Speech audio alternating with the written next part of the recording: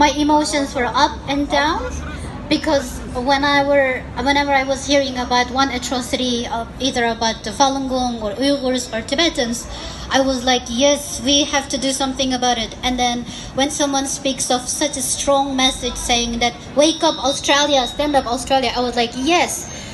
But then when it comes to me, I'm like, oh, what should I say? They have spoken what I want to say already. But then you heard about millions of people suffering in the concentration camps, heard about Tibetans, the Falun Gong people, the Hong Kong people, and the Vietnamese people. They've been suffering. So have you ever thought about like a relative, a family member of one of these people suffering in the concentration camp is here right now? Yeah, it's me. So I was cut off from my family ever since 2016.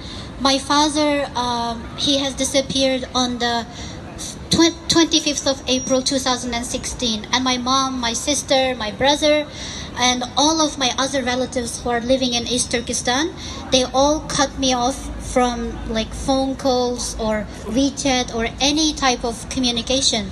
And I didn't know why they did it. I was just a researcher in the United States. I was doing my research on geology, which is not at all related to any politics or any human rights or anything. I was just one of you.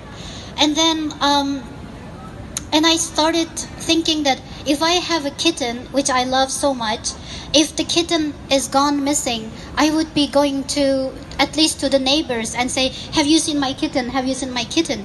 Then I say, my parents are missing, my family is missing. If I stay quiet, what kind of person I am? I'm not even a person. Like they don't even worth as a kitten's value.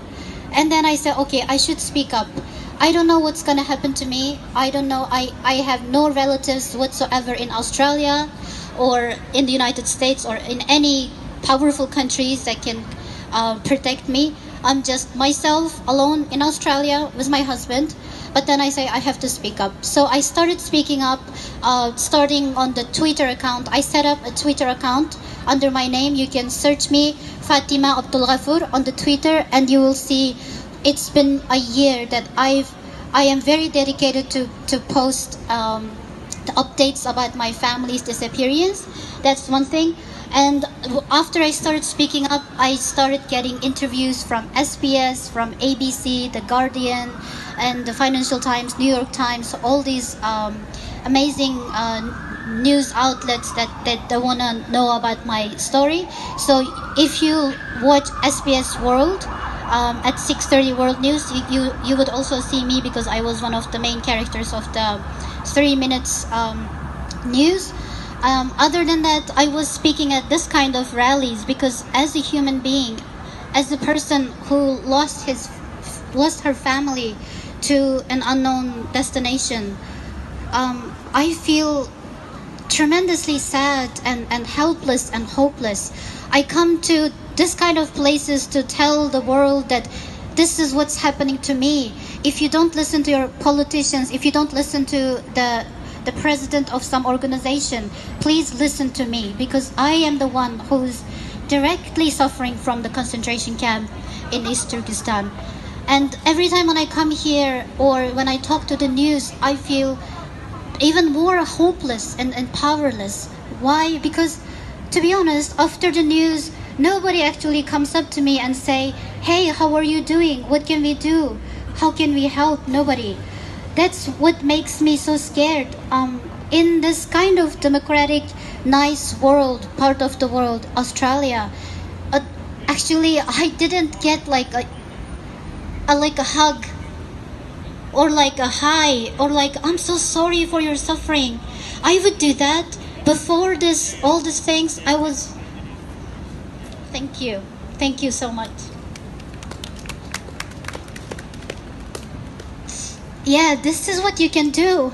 Forget about the politicians, forget about every other crap. This is what you can do. When you see Uyghur or Tibetan or the Falun Gong or Hong Kong people, you can come and say, hey, how are you doing? Are you all right?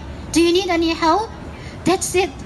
That's why we are here, to celebrate the Human Rights Day. Right to be a human, right to be loved, right to be embraced, right to be a human, just right to be alive. Thank you so much.